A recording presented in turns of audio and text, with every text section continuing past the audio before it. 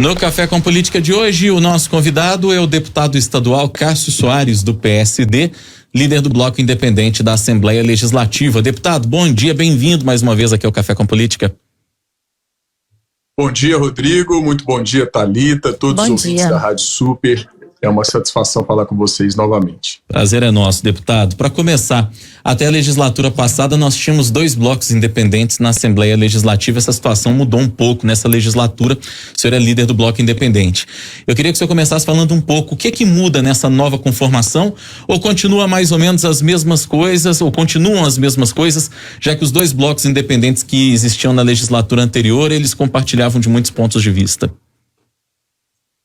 Exatamente, Rodrigo. A única coisa que fizemos foi unificar 2 blocos que já tinham uma atuação independente na Assembleia Legislativa em relação ao governo do Estado. Votamos projetos importantes para o Estado naquilo que concordamos e também divergimos das questões que não pensamos ser o melhor para Minas Gerais. E a ideia de unificar esses 2 blocos foi termos maior força e também uma proporcionalidade maior na distribuição das comissões e na proporção de votações que nós teremos na casa nesse próximo ano e talvez até nos 2 últimos anos da legislatura.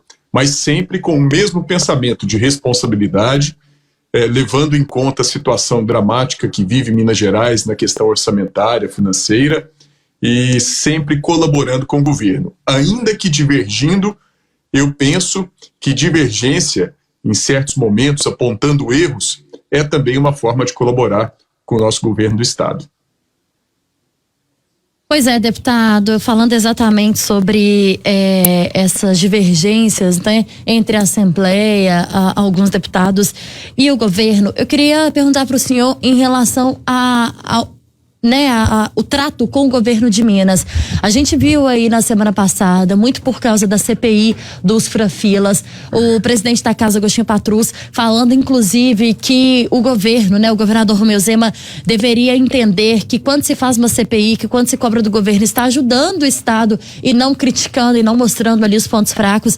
Queria que o senhor falasse sobre isso, assim, como que essa relação tem se dado neste 2021, uma vez que a gente já ouviu diversos deputados aqui no Café com Política antes mesmo da pandemia, que falavam que o principal desafio era ter uma boa relação com o governo, ainda aqueles da oposição, mas também alguns que compõem a base e que admitiam que tinha essa falta de relação.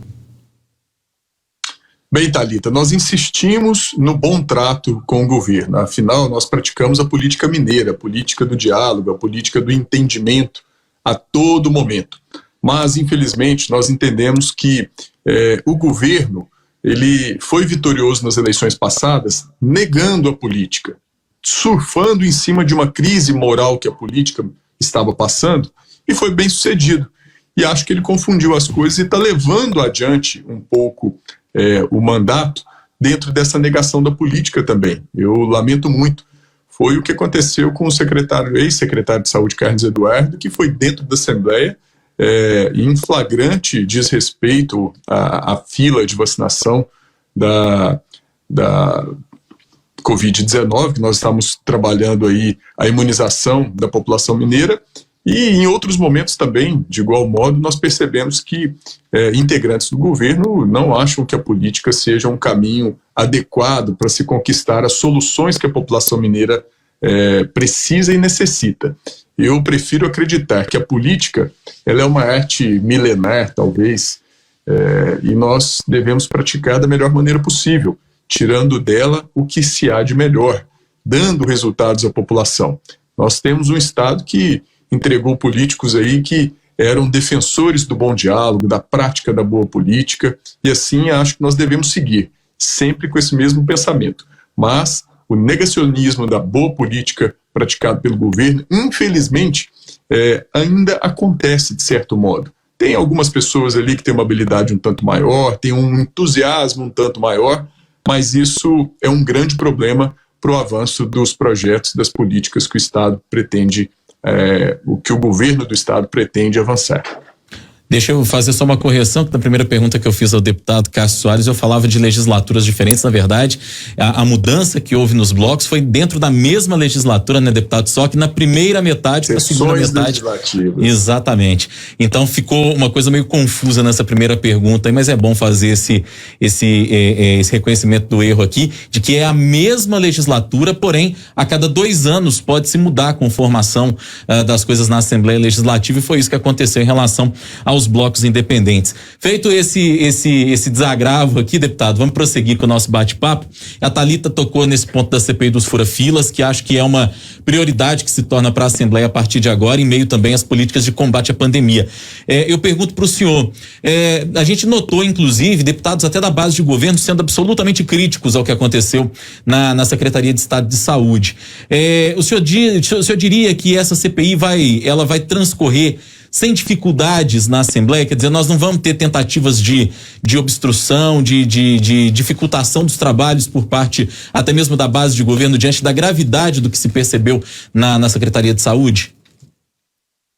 Bem, Rodrigo, não acredito nisso não. É um assunto muito sério e não penso que tenha qualquer parlamentar dentre os 77 que tenha essa intenção de obstruir um trabalho tão sério quanto está sendo e será, sem sombra de dúvida, o trabalho da CPI do fura-fila. Nós estamos lidando com situações de extrema relevância, né? Furar filas dentro de uma pandemia, com a vacinação, e passar pessoas que não deveriam estar sendo vacinadas nesse momento na frente, é muito grave, é muito sério. Então nós estaremos vigilantes. E aí, fazendo uma junção com a sua primeira pergunta, dentro da proporcionalidade do nosso bloco, Minas são muitas, que temos 39 parlamentares, dos 7 integrantes da CPI nós indicamos 4, nós temos maioria. Então eu acho que nós conseguimos prevalecer o bom senso, mas é óbvio, vamos contar também com o bom senso do indicado da oposição e dos 2 indicados por parte do governo também.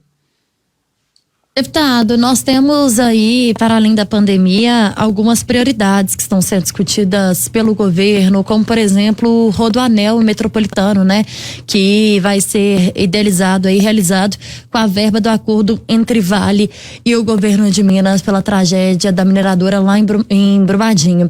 Eu queria perguntar para o senhor como é que estão os trabalhos, se o senhor tem acompanhado alguns municípios da região metropolitana que vão ser diretamente atingidos, como Betim, Contagem, por exemplo, já falaram sobre a falta de diálogo do governo, e essas discussões elas estão sendo cada vez mais constantes. O senhor tem acompanhado, a Assembleia tem acompanhado isso mais perto?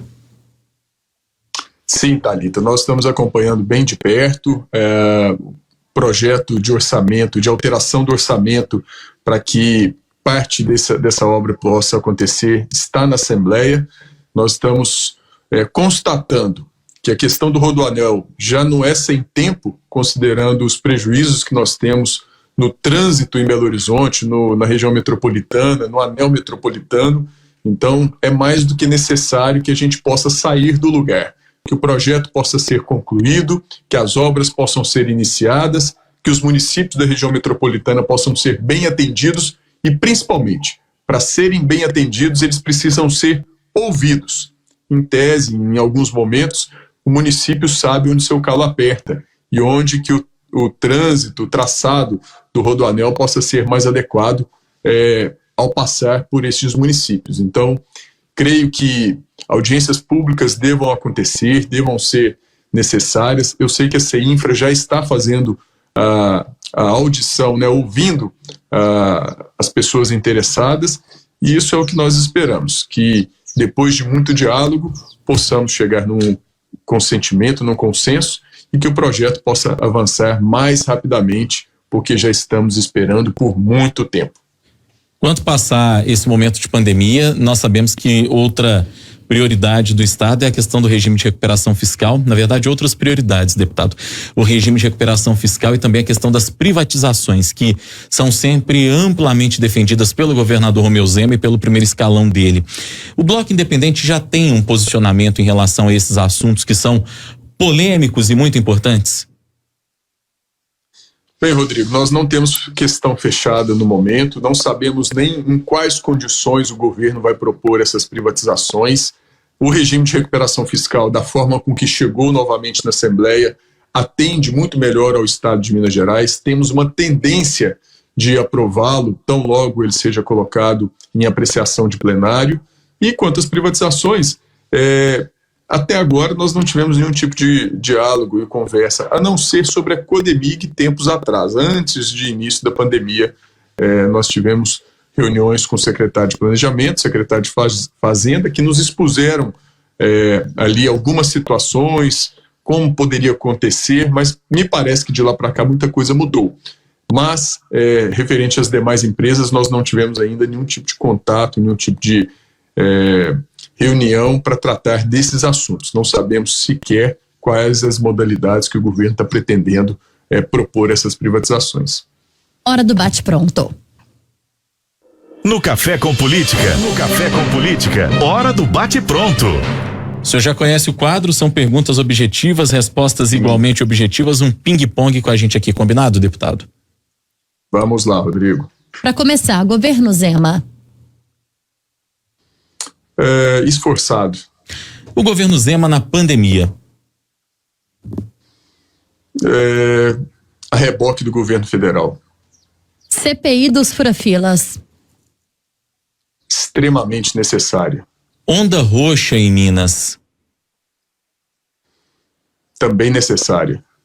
Privatizações pretendidas pelo governo do estado. Duvidosas. Relações do governo com a Assembleia Legislativa evoluíram até que ponto? Poderia ser muito melhor. Deputado estadual Cássio Soares, do PSD, líder do Bloco Independente da Assembleia Legislativa de Minas Gerais, conversando com a gente aqui no Café com Política mais uma vez. Deputado, muito obrigado pela sua participação, prazer falar com o senhor mais uma vez, até a próxima. Eu que agradeço, Rodrigo, Thalita, é uma satisfação, estarei sempre às ordens da Rádio Super. Muito obrigado.